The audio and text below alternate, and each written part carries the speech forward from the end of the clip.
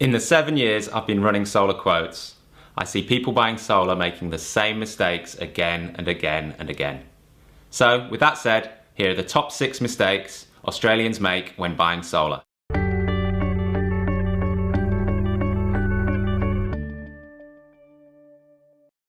Mistake number 1, not getting multiple quotes. Look, the solar industry is like any other industry that installs stuff on your home. You can pay a massive range of prices for something that appears to be exactly the same thing. For example, supplying and installing a 5 kilowatt solar system. There are companies in Australia right now, 2016, that will charge you between $15,000 and $20,000 for a solar system that really should cost between $6,000 and $8,000. On the other side of the scale, there's companies in Australia right now that will charge you $3,500 for a system that other companies appear to be charging about $7,000 for. What's wrong with paying too little for a solar system? There's no magic bullet when you're installing solar. You can't get your prices that low without low quality hardware, so that's the panel and the inverter, and a rushed install and almost zero customer service. Have a look at the reviews online of these really cheap guys and you'll see how they do it. It's not rocket science. So how do you protect yourself from paying too much or too little? It's simple. Get multiple quotes. Mistake number 2, mixing up the solar rebate with the solar feed-in tariff. Don't get these two confused. The solar rebate is very simply a point of sale discount you get off the price of the solar system you buy. If you see a solar system advertised for say $6,000, that price will already include the solar rebate. The solar rebate is worth about $700 per kilowatt installed on your roof. So for a 5 kilowatt system, you're getting $3,500 off, a pretty good deal. That rebate is still alive, still kicking, and it's very generous. It's going to be reduced from the 1st of January 2017. It's going to be reduced over 15 years, a 15th every year. So there's no crazy rush. It's getting phased out gradually, which is how it was designed to be. But it's not over, it's still there, it's alive and kicking. Then you've got the solar feed-in tariff. This is the amount of money you get for every unit of solar electricity you don't use in your house and gets exported to the grid. Back in the good old days of 5 years ago, you could get 60 cents per kilowatt hour in some parts of New South Wales. Insanely generous. You've got people in New South Wales getting cut checks for thousands of dollars every year from their retailers. Those days are over, make no bones about it. Nowadays, across Australia, generally you'll get between 5 cents and 12 cents a kilowatt hour for your electricity.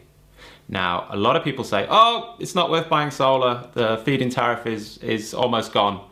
That's just not true. I get 8 cents per kilowatt hour for my solar, and my last bill was $11. So solar does work even with a low feed-in tariff. It just has to be well designed, and you have to know how to use your electricity effectively. Mistake number 3, not understanding solar warranties. There's 4 different warranties essentially when you buy a solar system. You've got the solar panel performance warranty, you've got the solar panel manufacturer's warranty, you've got the inverter manufacturer's warranty, and you've got the installation warranty. And there's a lot of misconceptions about these 4 warranties, so very quickly I'll go through them. Warranty number 1, the solar panel performance warranty. Sorry solar panel manufacturers, this warranty isn't worth a speck of shit. It's really hard to claim, it's really hard to prove. Don't bank on it. You can read on my website why that's the case. Here's the link. But the warranty you really should be looking at is the manufacturer's warranty on the solar panel. That is the one you're much more likely to be able to claim. Warranty number 2 is the solar panel manufacturer's warranty. This is the one you really want to be looking into because this is the one you'll be claiming on if anything goes wrong with your panels. Generally, they're between 5 and 10 years. A good panel will be at least 10 years manufacturer's warranty. There is a panel called SunPower that offers a 25-year manufacturer's warranty, but that's unique in the industry. Those panels are brilliant, but they're very, very expensive. This is the warranty you can actually claim on if you read the small print, so go for it as long as you can on the manufacturer's warranty on the panel. Mistake number 4. Most people are not solar experts. They don't know a good panel, a good inverter from a bad one, and they don't know a good installer from a bad one. So always look for third-party verification that the panels are good, the inverter's good, and the installer's good. On my site, I've got over 18,000 reviews of installers and thousands of reviews of panels and inverters. So that's a good place to start, but don't just look on my site. Look around the web. You've got productreview.com.au is a pretty good review site, and you've got Whirlpool, which is a forum, no holds bars forum. If you search for your inverter or your installer or your panel manufacturer on Whirlpool, you'll find some pretty honest appraisals of whether they're any good or not. So always make sure you get a third-party opinion on the stuff you're buying and the installer you're using. Mistake number 5, not knowing how to size your solar system. There's 2 approaches to sizing a solar system. Number 1, I'd call the solar lover. They love solar, they love the idea, they understand the economics. By that I mean, generally it's going to cost you about 5 cents a kilowatt hour over the lifetime of the system to generate your energy, and they just want to cover their roof in solar panels. Good on them. If you take that approach, you're going to get a very low bill, but you're probably going to have a fairly long payback, over 10 years, maybe even 15 years. The second approach to sizing solar is to look for the optimum payback, and this is the kind of economically rational approach. If you do this right, instead of a 10-year plus payback, you can optimize it down to about a 5-year payback. So that's what, a 20% return year on year. That's, you know, a pretty good investment in most people's eyes. Now, the way you do that is, it's not simple. You need to look at how much electricity you use and when you use it during the day. Because if you export electricity, you're only getting 5 to 12 cents a kilowatt hour, whereas if you self-consume the electricity in your home, you're offsetting 28 to 35 to 40 cents a kilowatt hour. To do that, you just need an installer to come around and have a look at your energy usage profile and size the system to suit. If you want to do it yourself, there's heaps of information on the website about how to do it, but the best way to do it is get a bunch of good installers, ideally 3, to come around your house, look at your bills, look at when you use electricity in the day, size your system to suit, and predict what the payback will be. Mistake number 6. The last mistake, and this is a biggie. It's not getting solar because you don't think your roof is perfect for solar. 5 years ago, solar panels were 5 times the price they are now.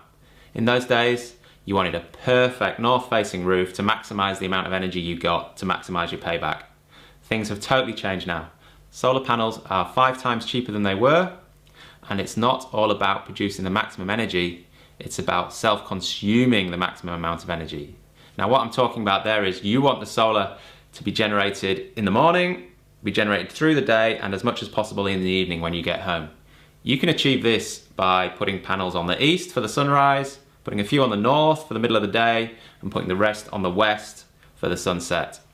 And that can actually, although it will produce less energy, it will produce more energy when you need it. So don't be put off because you haven't got a big north-facing roof. That used to be good advice, it's not anymore. You can put panels all over your roof if it's designed properly and actually get a really nicely performing solar system that maximizes your self-consumption. So get a clued up installer to have a look at your roof, and he can predict exactly what your generation profile is going to be and how that will affect payback. So there you have the 6 most common mistakes I've seen over the last 7 years with Australians buying solar. Again, it all comes down to being informed, and this website's got about 20,000 pages of information. Use the search box, get yourself informed, and then when you're ready to get quotes for solar, please go with reputable installers, get multiple quotes, and again, you can use this website to do that.